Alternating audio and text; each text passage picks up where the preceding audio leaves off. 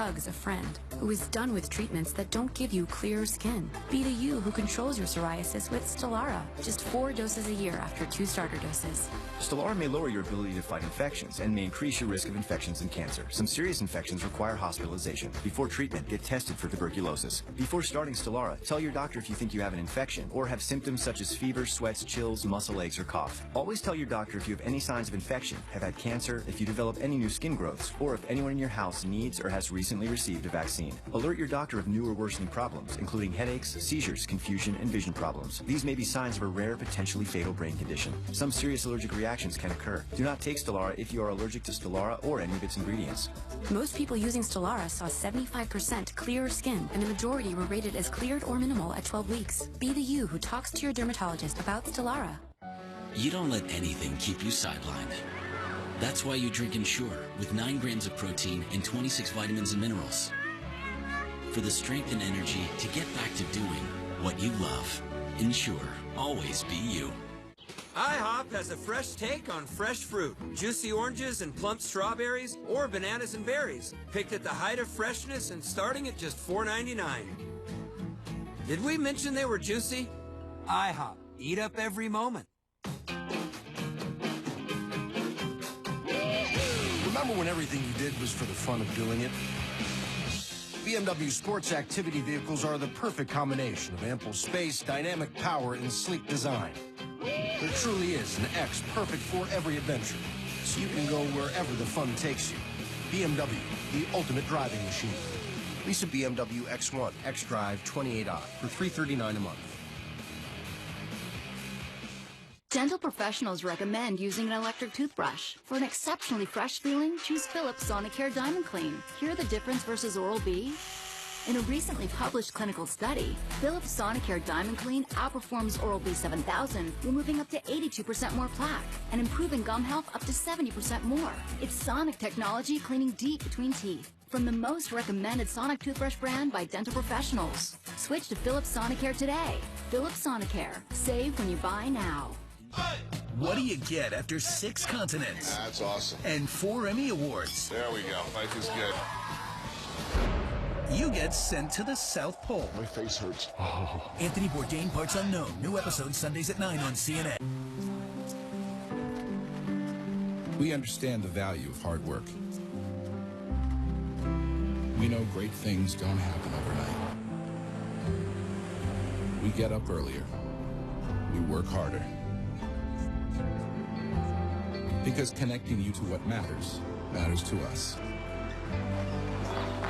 That's who we are. Spectrum, redefining what a cable company can be. Hi, I'm Ron Irwin. Visit Irwin Chrysler Dodge Jeep Ram. And I'm Matt Irwin. Our service can't be beat. It's the Drive and Discover event at Irwin. Cruise on in today for a great deal on a 2017 Chrysler Pacifica, the most awarded minivan of the year. Go that extra mile this summer with a Pacifica's best-in-class highway fuel economy. And keep your family safe in the only minivan to be named a 2017 IIHS Top Safety Pick. Irwin Chrysler Dodge Jeep Ram. I-75, exit 69, Troy. CNN, the most trusted name in news. Welcome back. I'm Brooke Baldwin, live here on Capitol Hill for CNN special live coverage of the attack against Republicans during baseball practice. As Congressman Steve Scalise is undergoing this 3rd surgery, one of his fellow Republicans on the field and his wife sat down with me this morning just to talk about that phone call after this gunman just started firing. Congressman Rodney Davis, a Republican from Illinois, was actually up to bat when those first shots rang out. He then saw his friend, Congressman Scalise, lying motionless at second base on the field. Congressman ran to a nearby home where someone took him in, and he could actually finally get on the phone and call his family. So I talked to his wife, who, by the way, is a former emergency room nurse who knows how to be cool under pressure, but she told me this morning it is entirely different when it's one of your own. You're back home in Illinois. Yesterday morning, you knew he was playing baseball, playing practice. Yes. And when did you realize things were awry? Well, I was on my way to work, and he called. Actually, I was on my way to work and there was a number that popped up on my phone. It was Ohio, and I thought, who's this calling me? It's like 6:10 in the morning. And I wasn't going to answer it, and then something made me answer it, and I answered it, and it was Rodney. And he could hear the panic in his voice, and I knew something was wrong. So what did he say? He just like, Shannon, he goes, I need you to know I'm okay. He goes, but some person brought a gun to practice. He goes, several shots have been fired. He goes, I'm okay. And he told me he loved me, and I just asked, are you sure you're okay? And then I asked about his friends because I knew a lot of the people. And so I said, how's everybody around you? Are they okay? And he's like, I don't know. He goes, there were people that were down. I don't know how they are. And then he had to go. And so that was the worst phone call I've ever received. So this was the toughest phone call she's ever received.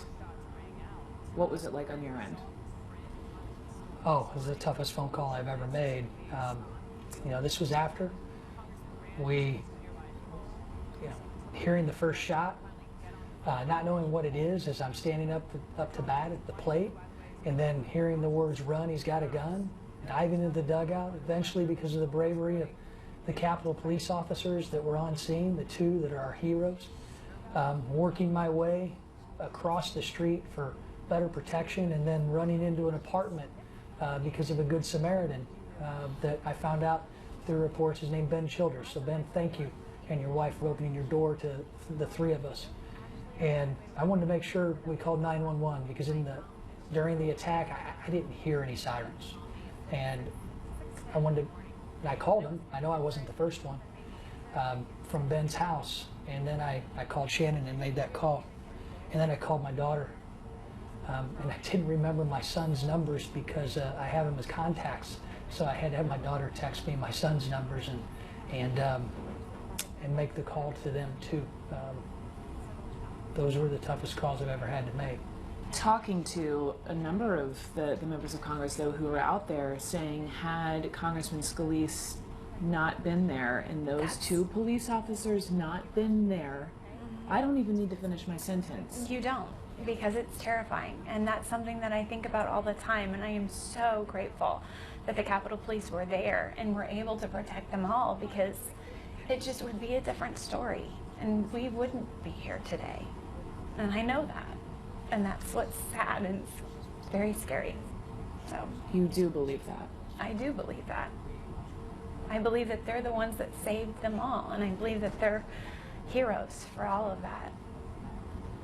What would you say to them if they were watching? I wouldn't be able to thank them enough for their bravery and their service, and that they put themselves in harm's way to protect everyone out there. And not just them. I mean, you saw it on the TV, the people who are walking their dogs on the sidewalk. I mean, it could have been such a huge tragedy, and they were able to stop that. Those two officers. Has this all fully hit you? It's still surreal. I mean, we're a little more than 24 hours since. You don't know what you're supposed to feel like. People say you're supposed to feel this way or that way, and I don't. You know, there's still some sense of normalcy. But every time I think about how lucky we are that we had those heroes out there to engage a madman, I'm just, it sends chills. I mean, those of us who were on that field, who have had a common bond by practicing together a few months out of the year, we will now forever be bonded together because of this tragedy, no matter what we do, no matter where we go. And I don't want anyone to ever experience what all of us did yesterday. How has this changed your relationship in a blink, or your marriage? You've known each other for 28 years. How does this change the two of you? I don't think it changes us at all. We'll continue to grow stronger with this tragedy that we have now experienced, and we've experienced the aftermath together. Nothing will change there. And, you know, being more cognizant of security issues in not just my job, but in my daily life will probably be the biggest change. That's something that I know after having to dodge bullets yesterday, I'm going to be much more aware of. Looking over your shoulder more? Preparing, being a little more cognizant of where you are, where you can run, where you can get out.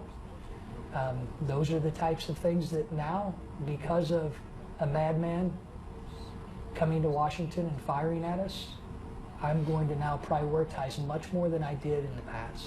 On the threat line, we learned about an email that came in to some congresswoman in New York, and the email was something to the effect of 1 down, 216 to go. That's the hateful rhetoric that we who don't want to see that have to engage in and stop.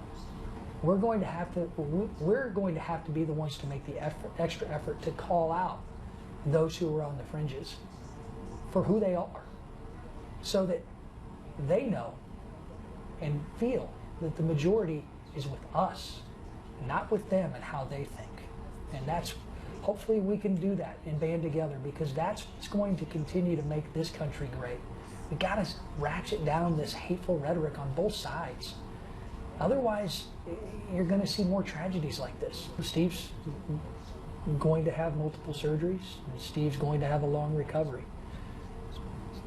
But Steve's alive, and that's something I didn't think was going to happen. You know, being more cognizant of security issues in not just my job, but in my daily life will probably be the biggest change. That's something that I know after having to dodge bullets yesterday, I'm going to be much more aware of. Looking over your shoulder more? Preparing, being a little more cognizant of where you are, where you can run, where you can get out.